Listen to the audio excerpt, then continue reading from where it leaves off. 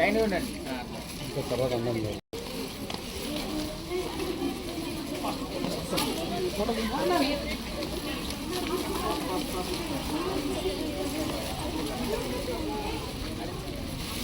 Thanks to KTR. Thanks to KTR. Thanks to KTR. Thanks to KTR. ఒకసారి మీరు అందరూ thank you KTR అన్నారా? మేము అంటేనే అన్నారు కదా.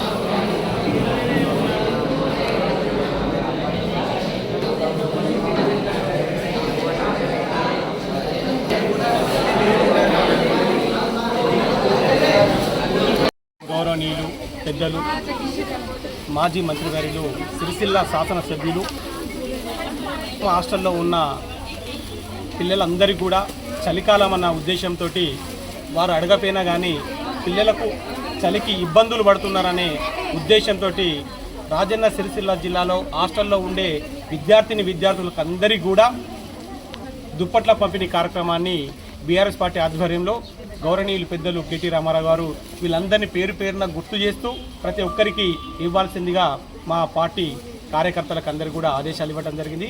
అదేవిధంగా మేమందరం కూడా సంక్షేమ హాస్టళ్ళకు అందరి దగ్గరికి వచ్చి ప్రతి ఒక్కరికి వారి పంపించినటువంటి దుప్పట్లను ఇవ్వడం జరుగుతూ ఉంది.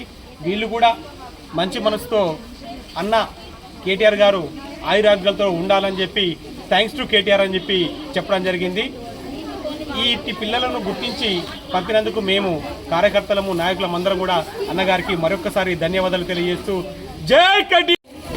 ఎన్నో ఉద్యమాల తర్వాత సాధించుకున్నటువంటి తెలంగాణ రాష్ట్రంలో విద్యా రంగానికి అధిక ప్రాధాన్యత ఇవ్వాలని మాజీ ముఖ్యమంత్రి కేసీఆర్ గారు తెలంగాణ రాష్ట్ర వ్యాప్తంగా 1000కి పైగా గురుకులాలు ఏర్పరిచి బీసీ ఎస్సీ ఎస్టీ మైనారిటీలకు విద్య అందుకునే విధంగా సంక్షేమ పథకాలను విద్యార్థులకు ఏర్పాటు చేయడం జరిగింది. అందులో భాగంగా మొన్న జరిగిన ఎన్నికల్లో మేము ఓటమి చెందినప్పటికీ రాజన్న సిరిసిల్ల జిల్లాలో ఎటువంటి కొరత ఉండదనే ఉద్దేశంతో స్థానిక శాసనసభ్యులు BRS party working president KTR గారు అన్ని సంక్షేమ హాస్టల్లో ఉన్నటువంటి ప్రతి విద్యార్థికి బ్లాంకెట్లను అందజేయడం జరిగింది. ఇప్పటికీ విద్యా సంవత్సరం మొదలై ఇన్ని రోజులైనప్పటికీ విద్యార్థులకు కనీస సౌకర్యాలు అందడం లేదు. ఇప్పటికి కూడా మేము తెలియజేసింది ఏంటంటే ఇంకా వాళ్ళ బ్లాంకెట్లు రావడానికి కూడా ఇంకా 2 నెలలు పడుతుందట. మరి చలికాలం అంతా అయిపోయినాక వచ్చేటువంటి వసతులు వాళ్ళు ఏం చేసుకుంటారు? గీజర్లు లేక పిల్లలు ఇబ్బంది పడుతూ ఉన్నారు, బ్లాంకెట్లు లేక ఇబ్బంది పడుతూ ఉన్నారు. అనేక గురుకులాల సమస్యలు ఉంటున్నాయి. విషాహారం కానీ ఎలుకలు పాములు ఇటువంటివి అన్నీ ఉంటా ఉన్నాయి.